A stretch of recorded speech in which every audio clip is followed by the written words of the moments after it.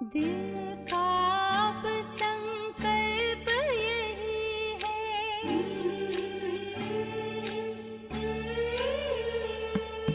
दिल का अब संकल्प यही है, बाबा तुम सा बनना ही है।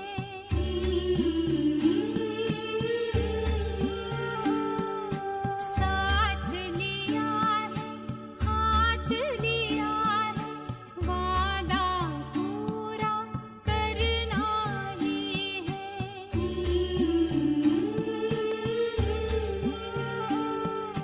दिल का अब संकल्प यही है, बाबा तुम सा बनना ही है। साथ लिया है, हाथ लिया है, वादा पूरा करना ही है।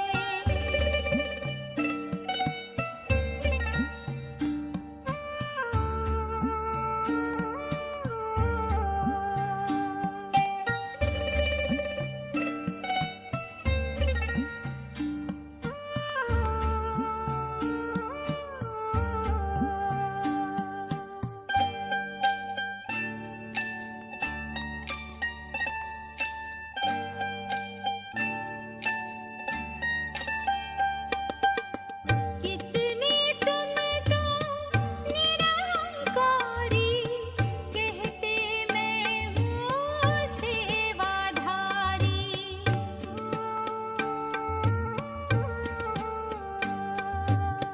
कितने तुम तो निरहंकारी, कहते मैं हूँ सेवाधारी। ऐसे प्यार के सागर से जीवन गागर भरना ही है। दिल का अब संकल्प यही है,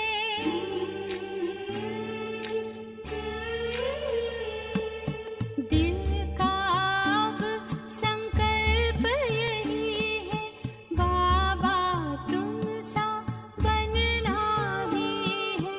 साथ लिया है, हाथ लिया है, वादा पूरा करना ही है।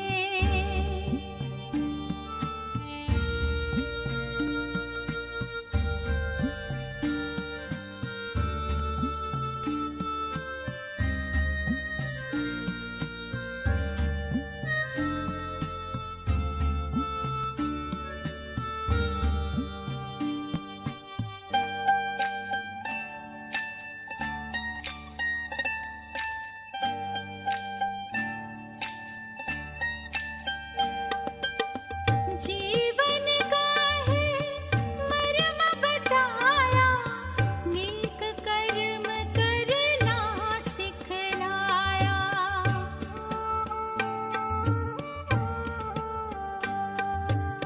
जीवन का है मर्म बताया, नेक कर्म करना सिखलाया। हमें भी ऊंचे संस्कारों से ये संसार बदलना। ओम शांति। सभी बोलेंगे ओम शांति।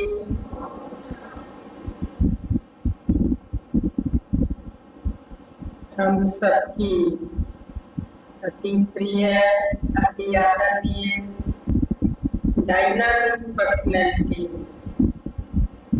हमारे सीता दीदी जी को आज हम सब उनके स्मृति दिवस पर याद कर रहे हैं। हम सब हमारे इष्ट देवियों और माता जी द्वारा उनकी विशेषताएं, उनकी कार्यशैली, वो सब हम सुन रहे हैं। संकल्प चल रहा था, इसको स्मृति दिवस हम सब कहते हैं। तो दीदी जी की स्मृति, स्मृति का मतलब उनकी रूहानी पालना की स्मृति। उनके द्वारा मिला हुआ भगवान का रूहानी प्यार, उसकी समृद्धि, उनके अच्छे संस्कारों से हम जो प्रेरणा ले रहे हैं उसकी समृद्धि, जो कुछ भी उनके द्वारा आध्यात्मिक उन्नति हुई, ज्ञान प्राप्त किया, उन सब बातों की समृद्धि। और बाबा कहते हैं समृद्धि हमें समर्थ बनाती है।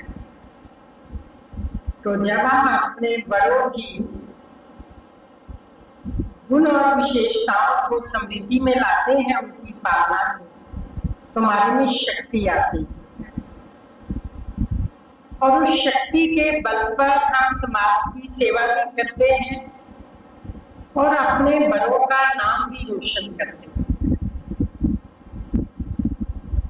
तो आज का समृद्धि दिवस विशेष एक सेल्फ चेकिंग का भी दिवस है कि उनके जीवन में जो विशेषताएं थी उसके साथ टैली करो, मेरे जीवन में क्या क्या गुण है और कहाँ कहाँ कमी है, जो हमने दीदी से सीखा उसको हमें अपने जीवन में धारण करना। आज कोई ना कोई इस प्रकार का संकल्प लेना, तो मैं समझती हूँ कि ये समृद्धि दिवस को मनाना सार्थक सिद्ध होता है। मुझे याद आ रहा है लगभग 2004-2005 की बात है, महिला सशक्तिकरण अभियान निकला था, वो सिरसा से फतेहाबाद में आया। तो उस अभियान को लेकर के हम यहाँ आए, जब पहुंचे तो दीदी जी गेट पे गुलदस्ता लेके खड़े थे, तो मेरे को देने लगे। तो मैंने कहा दीदी आप तो बहुत बड़े हैं, हम तो आपके बच्चे हैं, आप हमें गुलदस्ता दो जी, अच्छा सा नहीं लग रहा। कहते नहीं नहीं, इसमें बड़े छोटे की बात नहीं, अभी आप हमारे मेहमान के रूप में आए हैं। तो उस समय अभियान का वेलकम करने के लिए खुद गेट पर खड़े थे।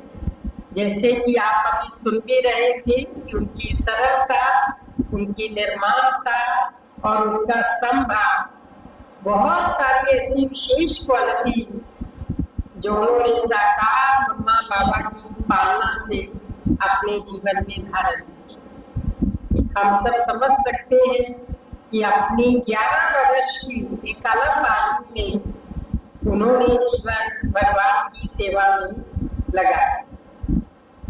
कोई बाहर की दुनिया का कोई नेगेटिव या विकारी वातावरण का जबकि जीवन पर कोई प्रभाव नहीं है, और ये उम्र एक अच्छे संस्कारों के निर्माण की उम्र होती है।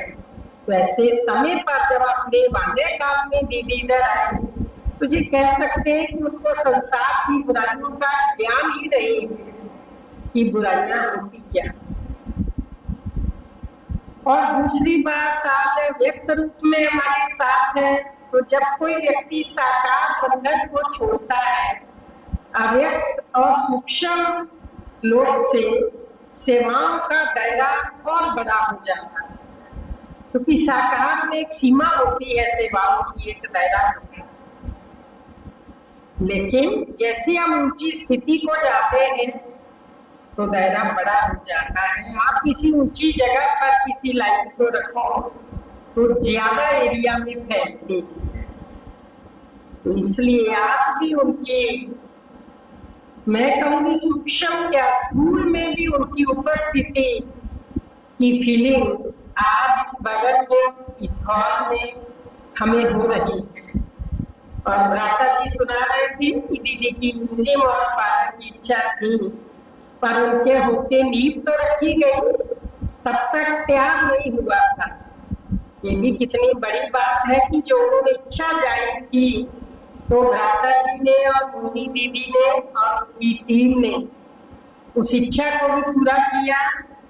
और आज दीदी बैठ करके ये देख रहे हैं सूक्ष्म लेवल पे कि जो जो मैंने इच्छा रखी, जो जो मैंने कहा कि यहाँ सेवाओं का पूरा रूप होना चाहिए, वो मेरी टीम ने प्रैक्टिकल में करके दिखाया है। ये भी उनके प्रति एक हमारी जिगरी रिस्पेक्ट की, सम्मान की, श्रद्धा की एक श्रद्धांजलि है वास्तव में। तो ऐसे गुणों और शक्तियों से भरपूर आदरणीय सीता दीदी जी को हम सबकी सच्ची श्रद्धांजलि यही है कि आज हम अवश्य इस सभा में बैठे उनके गुणों का चिंतन करके उनको अपने जीवन में धारण करने का जरूर संकल्प ले। तो वो भी ऊपर से बैठे देख करके बहुत खुश होंगे कि ये कितने अच्छे तरीके से और अपने जीवन को गुणवान बनाने के तरीके से आज इस दिन को मना रहे हैं, क्योंकि मम्मा पापा की अंग रह करके उन्होंने उनके जीवन से सीखा और हम सबने जो सभा में बैठे हैं साकार मम्मा पापा की पालना नहीं मिली, तो मम्मा पापा का साकार स्वरूप हमारी दीदियां हमारे बीच में होती हैं और उनके जीवन से हम मम्मा पापा के जीवन को भी समझ सकते हैं। और जैसे उन्होंने प्रेरणा लेके अपना जीवन बनाया, अब उनसे प्रेरणा लेके हमें अपना जीवन बनाना है और जैसी सेवाएं उन्होंने की, जैसी पालना उन्होंने की, वो उनसे सीख करके हम सबको भी वैसी पालना करनी है। क्योंकि थोड़े दिन पहले बाबा ने भी एक मुरली में कहा कि अभी दादियां बाबा नहीं है तो तुम सब उनकी सीट पर और तुम्हें दादियां बनना है। तो दादियां बनने का भाव क्या है कि जो हमारी बड़ी दीदियों दादियों के गुण है वो हमें अपने जीवन में धारण करने हैं और उन जैसी सेवाएं करने का प्रयास करना ही हमारा सच्चा रिस्पेक्ट। ओम शांति। ओम शांति। श्रद्धांजलि सभा में उपस्थित श्रद्धेय मंच, फतेहाबाद शहर से उधारे विशेष अतिथिगण, शिव शक्ति हमारी सेंटर से पहले, आज जैसे शिक्षक लिखा है भाव विधि श्रद्धांजलि समारोह, तो वाकई में ही एक ऐसा वातावरण है आज सुबह से महसूस हो रहा है। ऐसी हमारी दीदी जिनका मैं कैसे व्याख्यान करूँगी, जिनका भी इतनी सक्षम नहीं है। लगभग 6 साल मैं उनके सानिध्य में रहा, उसके बाद वो अगर थी, तो इतना छोटा सा अरसा महसूस होता है, लेकिन वो मुझे इतना कुछ 6 साल में भरपूर करके गई है कि शायद अच्छे लोग नहीं कर पाते इस चीज़ को अनुभव। राधा श्री जी ने अभी सारी बात बताई आपके आगे, और वो मैं ये समझता हूँ जो म्यूजियम बनाने का कार्य था राधा जी ने किया आपने, लेकिन दीदी मेरे को भी साथ जोड़ के गई थी। तो मैं तो ये सोचता हूँ मेरे लिए दुआएं इकट्ठी करनी गई थी और वो दुआओं से मैं आज खड़ा हुआ हूँ। लगभग जब मैं यहाँ दीदी से मिला था तो मैं काफ़ी ज़्यादा अस्वस्थ था शारीरिक तौर पर, और ऐसा हौसला दीदी जी ने मुझे दिया था मैं आज तक नहीं भूलता। तो सब कुछ ठीक हो जाना है, और वो सब कुछ जाते जाते अपने हाथ से करवा भी गए। और मैं आज इस मंच पे विशेष तौर पे अपनी योगल का भी धन्यवाद करूँगा, क्योंकि वो पहले मेरे से संपर्क में आई थी दीदी के, और वो मेरे को ऐसी महान विभूति से उन्होंने मिलाया और मैंने पालना ली। तो मैं इस मंच से उनका भी धन्यवाद करूँगा। और विशेष तौर पे हमारी बढ़िया दीदी बहनें आई हुई हैं, और हमारे साथ सेंट्रल इंचार्ज दीदी ने कहा कि फतेहाबाद से तो एक फतेह का नाम जुड़ा हुआ है, तो ऐसी दीदी कल में ऐसा कुछ नोट करके दिए कि फतेहाबाद का एक फतेह का जो पार्ट है वो विशेष पूरा होना ही होना है। तो आज इस श्रद्धांजलि सभा में आए हुए सभी शांति अपनी अपनी बात कहेंगे। मैं आज यहाँ आके ऐसा महसूस हो रहा है कि हमारे दीदी एक प्रेरणा के स्रोत थे, एक स्नेह की मूर्त थे। और आज इस दिवस को हम ये भी कहेंगे ये प्रेरणा वृक्ष है। क्योंकि दीदी के जब भी हम आना जाना होता था तो उनसे कुछ ना कुछ सीख के जाते थे। वो सभी जब भी आना होता था तो यही कहते थे कि बाबा ने ऐसे कहा, बाबा ने ऐसे कराया, क्योंकि बाबा से वो सदा ही जोड़ के रखते थे। कभी उन्होंने ये नहीं कहा कि मेरी राय है, यही कहा करते थे बाबा की ये राय है, बाबा ये चाहता है, बाबा ऐसे था। क्योंकि जितने वो पुराने थे वो दीप जालियों से काफ़ी मिले हुए थे और उनके साथ वो भी हम आते थे जब भी, तो बहुत सी प्रेरणाएँ मिलती थी और बहुत सा सहयोग मिलता था। क्योंकि उनको देख के हम एक दूसरे को आगे बढ़ाया भी है और बढ़े भी हैं। क्योंकि कोई भी बच्चा घर से आता है जो छोटा होता है तो धीरे धीरे जैसे जैसे बड़ों के नज़दीक जाते हैं तो बड़े बहुत कुछ भी करके जाते हैं, बहुत कुछ लेके जाते हैं। भले आज नहीं भी हैं तो भी हम महसूस कर रहे हैं तो दीदी की यहाँ महसूसता कर रहे हैं कि दीदी आज भी हमें पूरा सहयोग दे रहे हैं। क्योंकि दीदी का सुकून में जो दिया ही दिया, लेकिन सूक्ष्म में भी उनकी प्रेरणा है, उनका स्नेह, उनका सहयोग हम सबको आज भी एहसास हो रहा है। क्योंकि वो एक त्याग की मूर्त थी और जो उनके मुख से निकलता था वो पूर्ण होता था। उनकी हर बात में बाबा की श्रीमत होती थी और उसको उनको हम भी फॉलो करते रहे और फॉलो करते करते इतना सुने दिया, इतना आगे बढ़ाया। भले फतेहाबाद में मैं पिछले 50 साल से जहाँ आना जाना रहा, लेकिन थोड़े थोड़े छोटे छोटे प्रोग्राम होते थे, लेकिन उन दिनों में दीदी का नहीं था सहयोग, तो इसलिए इतना हम कामयाब नहीं हो पाए, इतना कर नहीं पाए। तो जब दीदी जी आए तो फतेहाबाद की वाकई फतेह हुई है। उसके साथ साथ हम सबकी फतेह है, क्योंकि दीदी जो करके गए, जो उन्होंने हमारे सबके लिए किया, उन्होंने अपने लिए तो कुछ भी नहीं किया। अपने लिए तो उन्होंने सूक्ष्म कमाई जो जमा की है हुई है उनके साथ, लेकिन आज भी हमारे प्रति उनका बहुत प्रेम है, स्नेह है, हमारे लिए प्रेरणा है। तो हम उनका सच सच नमन करते हैं। क्योंकि आज हम उनकी यादें, जब से ये डेट सुनी है, इस डेट की दीदी की पुण्यतिथि है, तो तब से वाइब्रेशन उनके आ ही रहे हैं, तब से फीलिंग आ ही रही है। इसलिए हम सब कभी भी भुलाना नहीं चाहिए जो दीदी के मुख से, उनके अंग संग से सीखा है, उसको हमने आगे बढ़ाना है। ये हम सबकी जवाबदारी है। तभी हमारी उनके प्रति जो श्रद्धांजलि है तभी वो संपन्न हो पाएगी। क्योंकि उनके बताए हुए रास्ते, उनके किए हुए जो कर्म हैं, उनके पल चरणों पे हमें चलना है। तो मैं इतना कहते हुए आप सबका आभारी भी हूँ, आप सब आए ऐसे मौके पे, क्योंकि ये भी हमारा एक संगठन, जैसे इस साल का थीम है कि हमारा जो है एकता और विश्वास। तुम्हारी एकता यूनिटी तब बनी रहेगी जब एक दूसरे के सहयोगी बनेंगे और एक दूसरे पे विश्वास करेंगे। इसको भी हमने आगे बढ़ाना है, एक मजबूत दिशा देनी है और अपने में भी ये लानी है और समाज में भी इस बात को फैलाना है। क्योंकि आज कमी जो है वो एकता और विश्वास की है। हमें एकता भी में भी आना है, एक बंधन में बंधना है, बाबा के बंधन में बंधना है और एक विश्वास, अपने पे विश्वास, बाबा पे विश्वास, अपने ब्राह्मण परिवार पे विश्वास, ये हमारे लिए बहुत बहुत जरूरी है।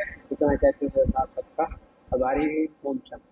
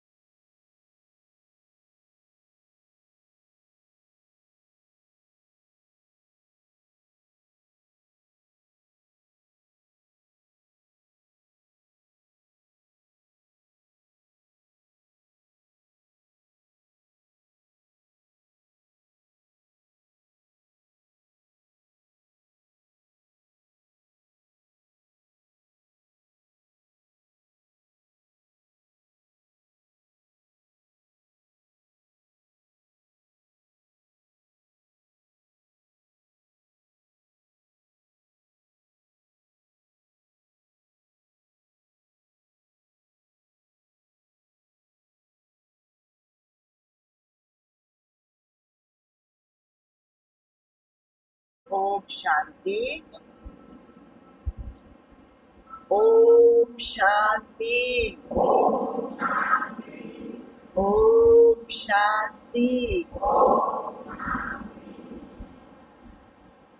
परम पिता परमात्मा शांति के सागर, सुख के सागर, प्रेम के सागर, त्रिमूर्ति शिव भोलानाथ की प्यारी, ब्रह्मा बाबा की दुलारी, सरब दीदी दादियों की लाडली, सारे दैवी परिवार की अति स्नेही हमारी प्यारी सीता बहन जी, आज हम सब उनकी चौथी पुण्यतिथि पर एकत्रित हुए।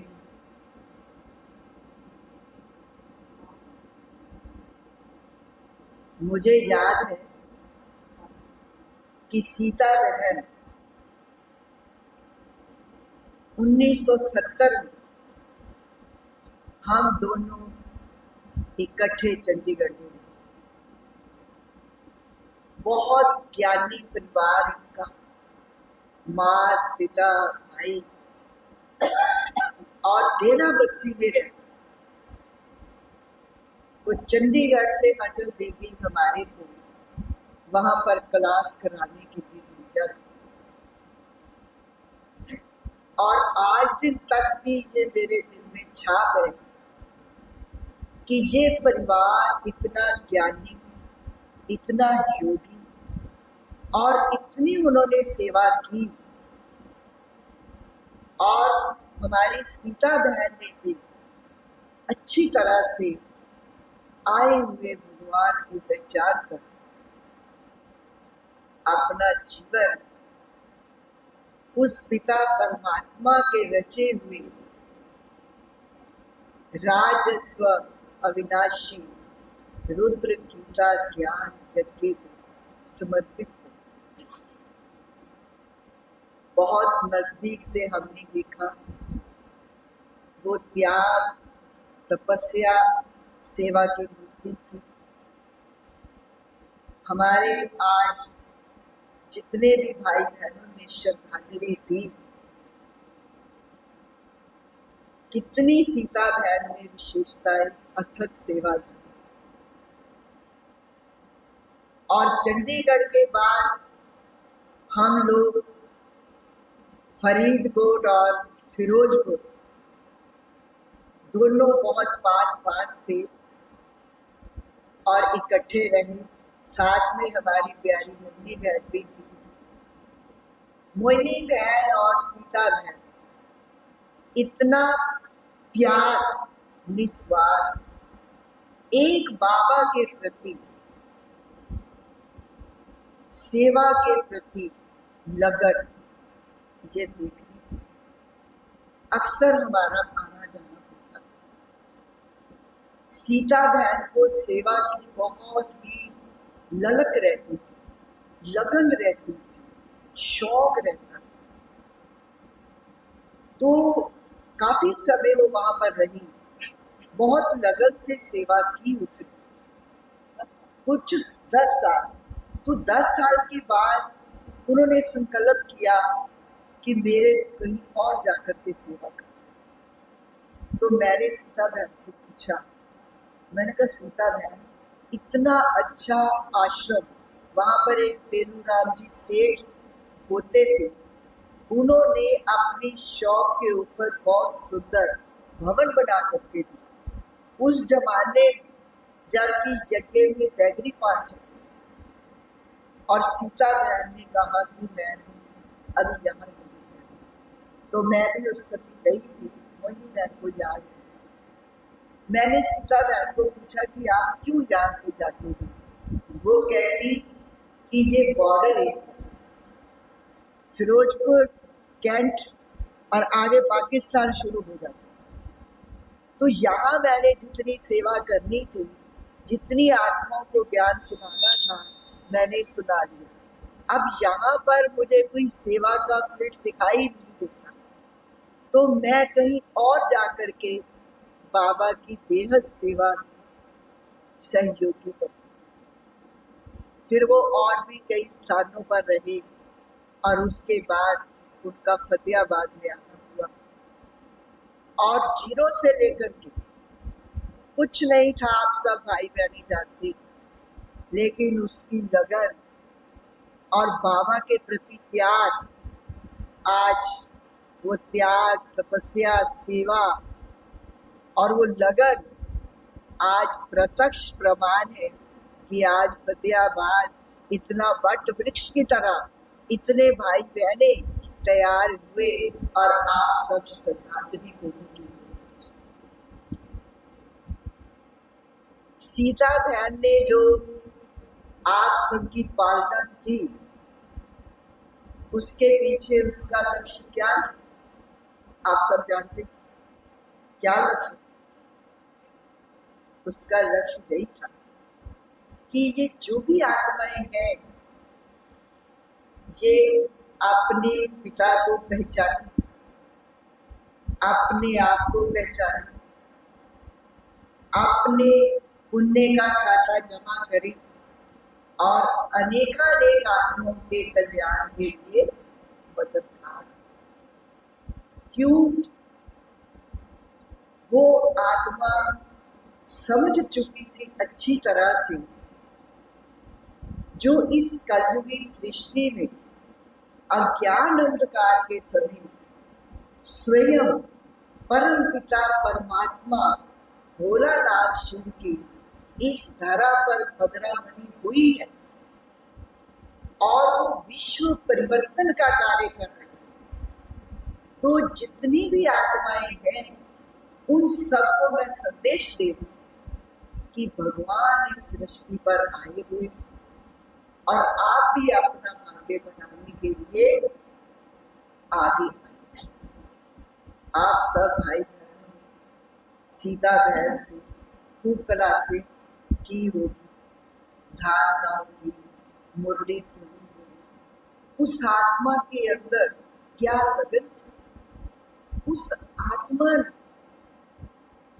उस भगवान जिसको हम अखंड ज्योति कहें, दिव्य ज्योति कहें, परम ज्योति कहें और सब उसको अल्लाह, खुदा, ईश्वर, वाहेगुरु करके पुकारते हैं, उसकी इस धारा पर पधरामणि हो चुकी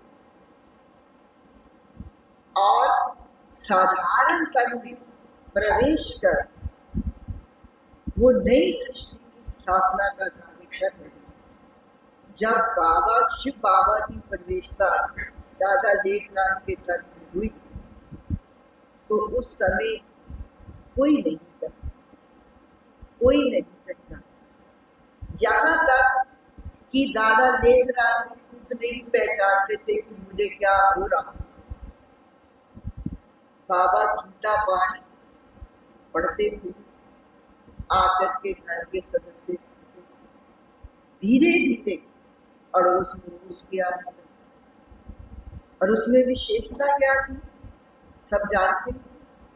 जब गीता पाठ बाबा पढ़ते थे और जो सामने बैठ करके सुनती थी आत्माएं,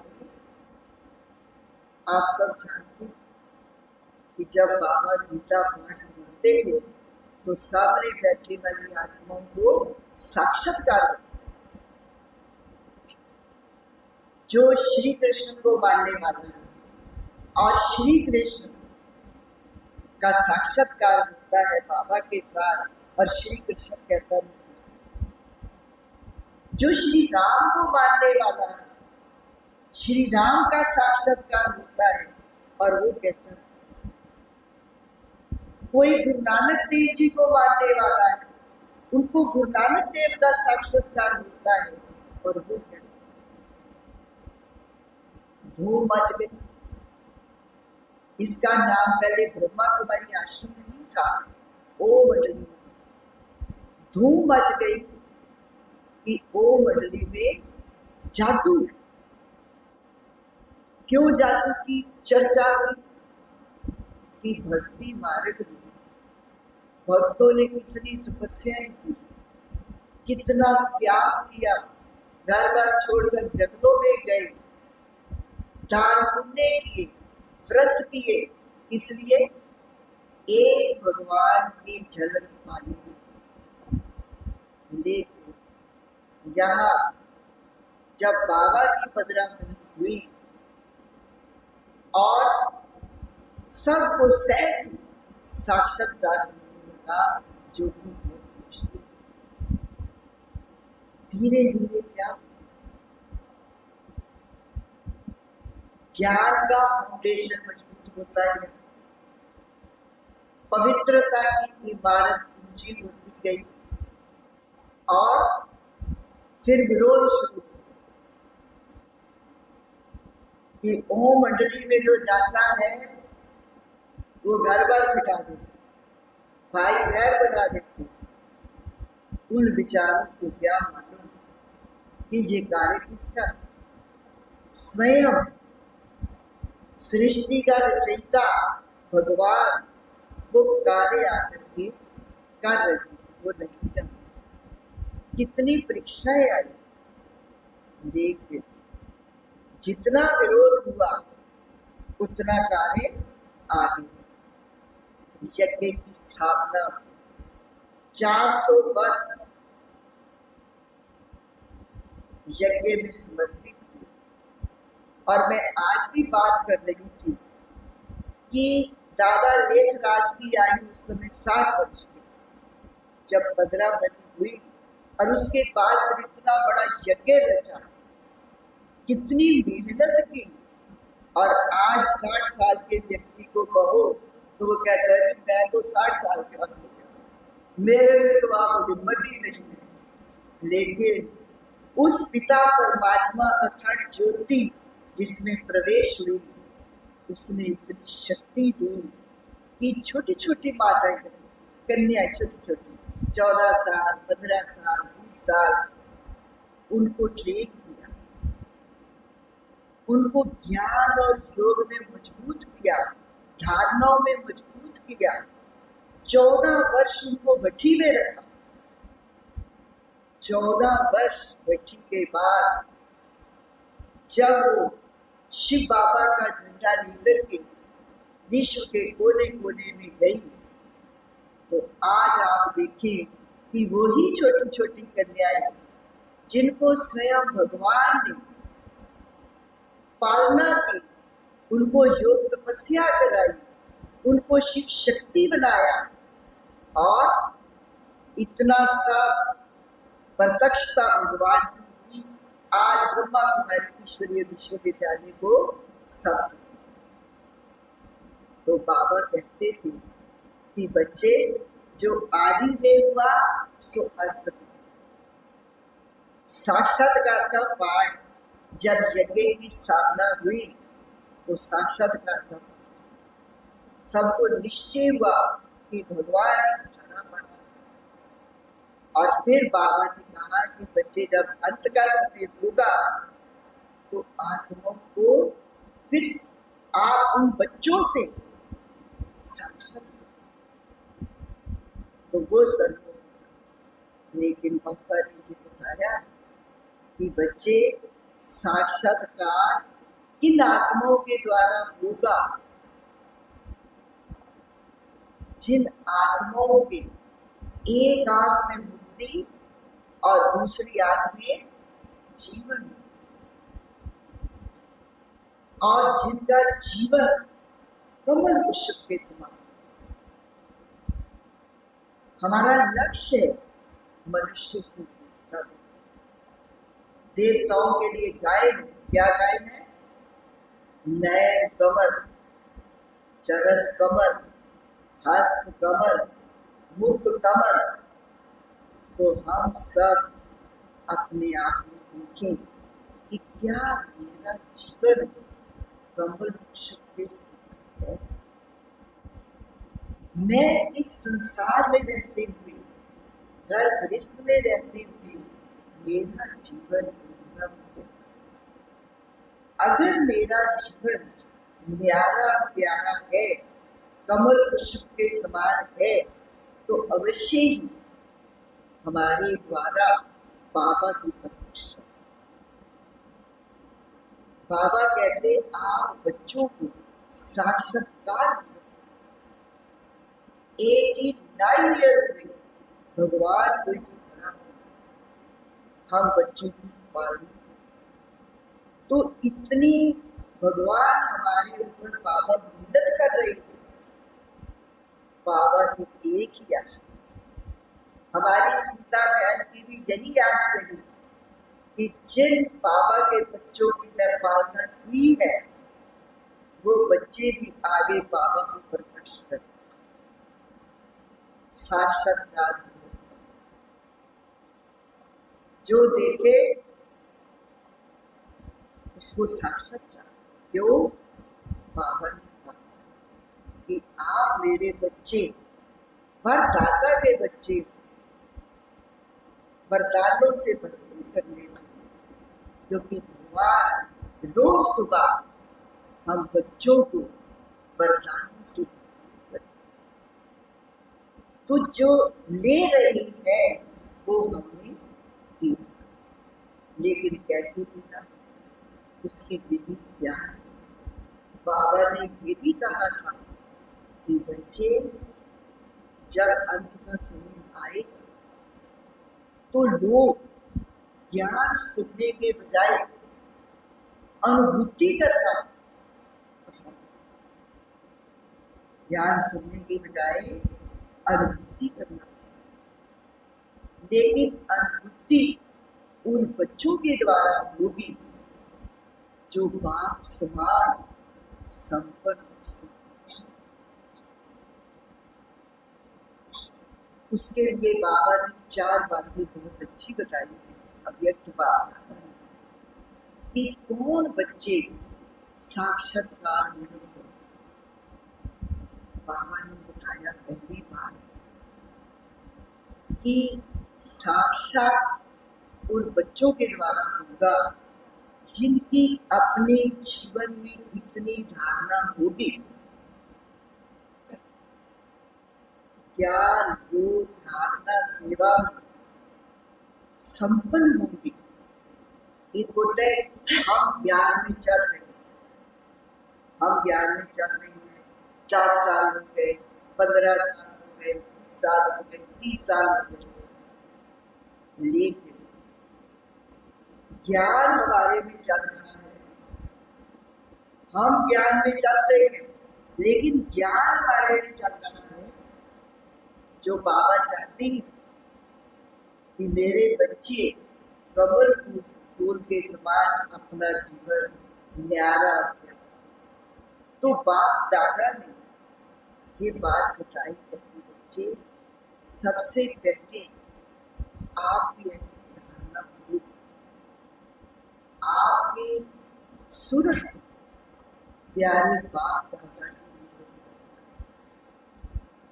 दूसरी बात बाबा ने कहा कि आपके नैनों में रूहानियत का नशा।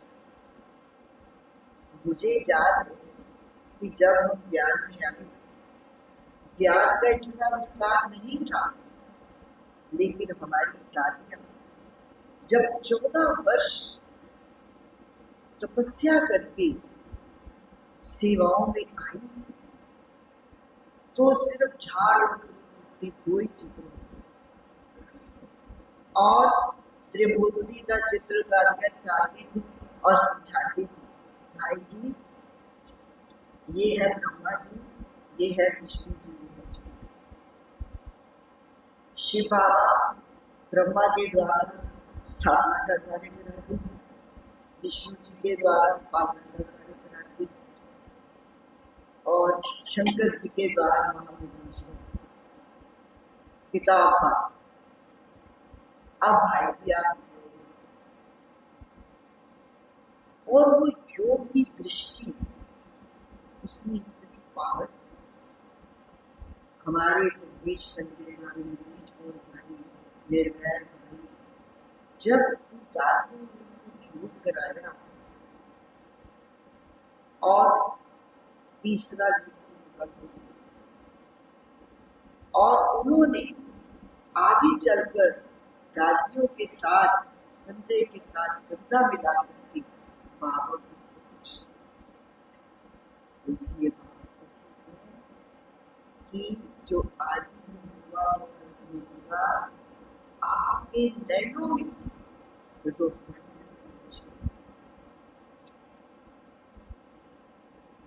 आपके चेहरे से सर्व प्राप्तियों की झलक नजर आनी चाहिए। देखने वाले को मालूम पड़े कि ये संपन्न, ये भरपूर, इनको पता नहीं कौन मिला। आप हर गृहस्थ में, मुझे याद है कि एक बार दादी जी ने मधुबन में पूछा था कि जो भाई हैं उनकी युगल ज्ञान में चलती है, तो उसने बहुत थोड़ों ने हाथ करा। तो दादी कहती वो युगल ज्ञान में ना चलने का कारण क्या है? जब शादी हुई थी तो ये कहा था कि पति परमेश्वर, तो परमेश्वर जो कहेगा वो मानना है। तो परमेश्वर ने कहा ज्ञान सुन, आश्रम में चल, तो वो क्यों नहीं? तो दादी ने बड़ी अच्छी बात कही। दादी कहती जरूर घर में क्रोध करता हूँ, घर में गुस्सा करता होगा, इसलिए युगल ज्ञान में नहीं चलती। क्यों? क्योंकि युगल मुख के द्वारा ज्ञान सुनने से नहीं आए। हमारे बच्चे मुख के द्वारा हम कितना ज्ञान सुनाएं वो नहीं आए, लेकिन जो हमारी धारणा होगी उससे वो धारणा कौन सी? बहुत से हम पहले क्रोध करते थे, टेढ़ा जवाब देते थे, गुस्सा करते थे, लड़ाई करते थे, बच्चों को मार पिटाई भी कर देते थे। लेकिन जब हम हमारे बच्चे बन गए, हमारा जीवन देव समान बन गया, हमारे चेहरे में भी बाबा की मूर्त नजर आई, रूहानियत नजर आई, नैनों में भी आएगी, तो वो बच्चे जाए। क्यों? क्योंकि बाबा कहते मुख के द्वारा ज्ञान सुनाने से 20% लेकिन अपनी प्रैक्टिकल ध्यानों के द्वारा ज्ञान सुनाने से 101% प्रभाव। इसलिए हमारे चेहरे से सर्व प्राप्तियों के लिए मिला चल। चौथी बात प्यारे बाबा ने कहा कि आपकी चलन में निश्चय का नशा किनको मिला? लौकिक में भी आपका कोई रिश्तेदार डीसी लग जाए, एसपीएम लग जाए, सीएम बन जाए, दूर बात का होगा, तो क्या कहेंगे? आपको मालूम है मेरा फलाना रिश्तेदार जो है वो डिप्टी कमिश्नर फलाने शहर में लगा, वो चीफ मिनिस्टर है। तो बाबा कहती आपको नशा चढ़ता है, नशा चढ़ता है कि हमारा संबंध किससे, हमें कौन मिला है, और ऑल इन वन उसके साथ हमारे सर्व संबंध है। वो बाप भी है, टीचर भी है, सतगुरु भी है, सखा भी है हमारे साथ से। तो इतनी भारी प्राप्ति, लेकिन बाबा ने कहा कि 3 बातें त्यागनी। पहला देहभाव, दूसरा देह अभिमान, तीसरा देश।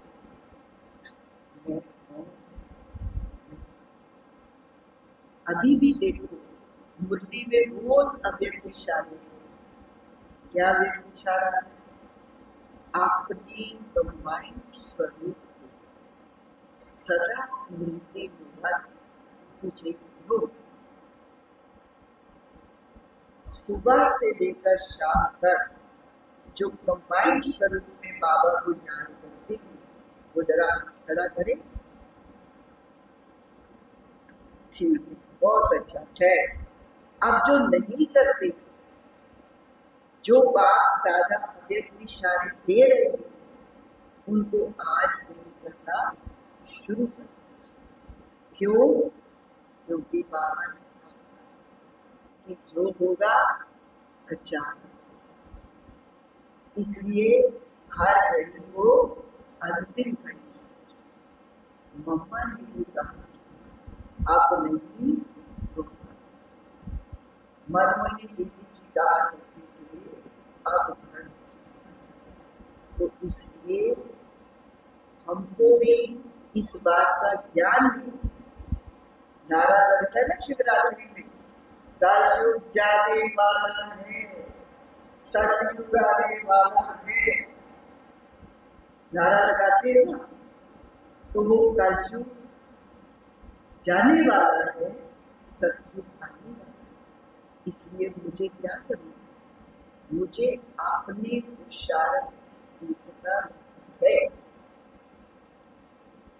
बाबा कहते चेक करो, अंत के समय, अंत मध्य सोगत, जो सारी जिंदगी किया होगा,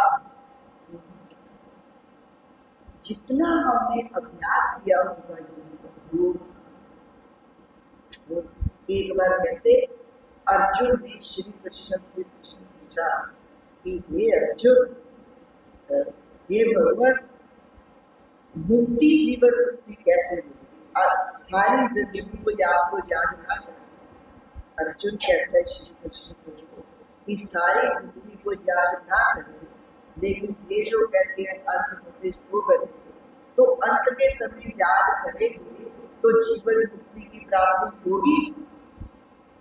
तो श्री कृष्ण ने बहुत अच्छी बात कही कि वो बोले अर्जुन, अंत के समय याद उसको आएगी जिसने जिसने सारी जिंदगी किया, जिसने अभ्यास किया। तो यही बात है, तो बच्चे अभी ये संगम की अनमोल घड़ियां है, इसको ऐसे नहीं होना, इसको सफल करना। इसलिए मालूम नहीं हमारी अंत घड़ी कौन सी है, तो अपनी अंत घड़ी समझ करके पुरुषार्थ कीजिए।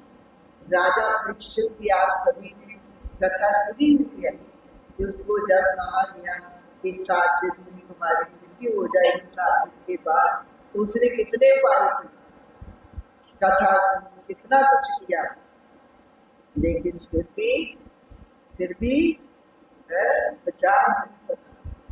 तो ऐसे ही बाबा क्या कहते हैं, बच्चे राजा परीक्षित के पास तो फिर भी 7 दिन थे, हमारे पास है। कोई क्लास में खड़ा होकर बताए कि मेरे पास 1 साल है, 1 महीना है, 1 सप्ताह है, कोई गारंटी नहीं। क्या भरोसा का इंसान, इस माइंड की बुनियाद है, लेकिन इसकी कोई बुनियाद नहीं, 1 सेकंड का भरोसा नहीं है। इसलिए बाबा कहते हर घड़ी को अंतिम घड़ी समझो। एक मुझे छोटी सी बात याद आती है, समझ में होगा, तो कहते एक व्यक्ति उसने अपनी जिंदगी में बहुत धन कमाया। अक्सर हर एक का लक्ष्य होता है, उसने ना दिन देखा, ना रात देखी, ना धूप देखी, ना छांव देखी, ना भूख देखी, ना प्यास देखी, वो धन कमाने में लगा। सोचा कि जब मैं वृद्ध हो जाऊंगा, बुढ़ापा आएगा, तो ये धन मेरे काम आए। अक्सर हर व्यक्ति यही धारणा बना करके अपनी जिंदगी में चलता है। जब वो 45 वर्ष का हुआ तो धर्मराज के यमदूत उसे लेने के लिए आए। अब यमदूत लेने के लिए आए तो कहता है कि मैंने तो अभी इतनी मेहनत से धन कमाया है, अभी तो मैंने इसका सुख नहीं लिया और आप मुझे लेने के लिए आए।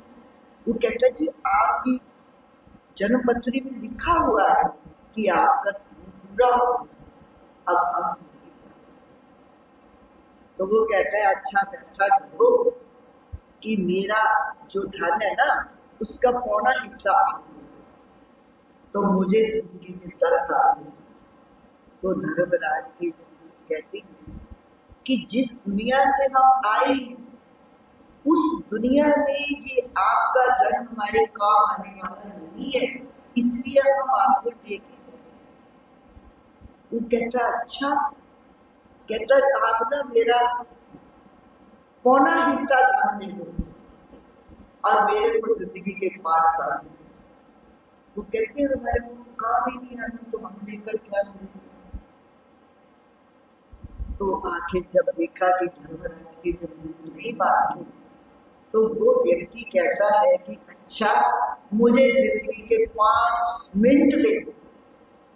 वो कहता हाँ ठीक है 5 मिनट आप दे देते। तो उसको 5 मिनट मिलते। वो अपनी कोठी में जाता, कोठी में, और जो स्टोर में धन माल इकट्ठा किया हुआ है वो सारी अलमारियां खोल खोल के देखता है और माया देवी की आराधना करता है कि ये माया देवी प्रकट हो। माया देवी प्रकट होती, वो कहता है ये माया देवी सारी जिंदगी मैंने तेरी पूजा की, ना दिन देखा ना रात देखी, ना धूप देखी ना छाँव देखी, ना भूख देखी ना प्यास देखी, अब तो मेरी मदद कर। तो माया देवी कहती है सारी जिंदगी तुमने मुझे कैद में रखा, सारी जिंदगी तुमने मुझे कैद में रखा। तू मुझे कहीं मंदिर ले जाता, कहीं गुरुद्वारे ले जाता, कहीं आश्रम में ले जाता तो मैं तेरी मदद करती। आज तो मैं भी तेरे से गिन गिन के बदले लूंगी। तो किसी ने ठीक कहा है कि जिंदगी भर तिजोरियां भरते रहे हम सुनी, जिंदगी भर तिजोरियां भरते रहे हम सुनी, अंत में मालूम पड़ा कि मौत का फरिश्ता रिश्वत लेता नहीं।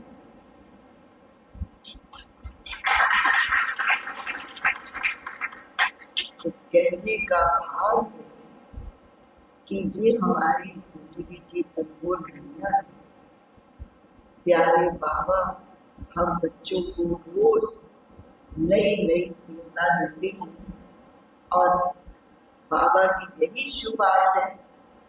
और आज हम सीता बहन की श्रद्धांजलि समारोह में आए हैं, जो बाप की आश सब बच्चों की आश। हमारी सीता बहन के लिए आप सब बच्चों के प्रति यही आश रहे कि ये अपने आप को जाने पहचाने, अपने बाप को पहचाने और ऐसा जीवन कमल फूल समान बनाए कि प्यारे बाप दादा की प्रत्यक्षता करें। तो मैं आशा रखती हूँ और हम अव्यक्त वतन में प्यारी सीता बहन को ये विश्वास दिलाते हैं कि आपने ये जो इतनी अच्छी हरी भरी फुलवाड़ी सजाई है, इसमें इतनी खुशबू है कि ये जन जन का प्यारे बाप दादा का संदेश लेकर के अवश्य ही प्यारे बाप दादा का नाम रोशन करेगी। हम सीता बहन को सूक्ष्म में ये विश्वास दिलाते हैं। तो हमारी प्यारी त्याग तपस्या सेवा की मूर्ति अति स्नेही सीता बहन को मैं पंजाब के सब भाई बहनों की तरफ से सप्रेम श्रद्धा सुमन समर्पित करती हूँ। ओम शांति। जो प्यार मिला मुझे तुमसे,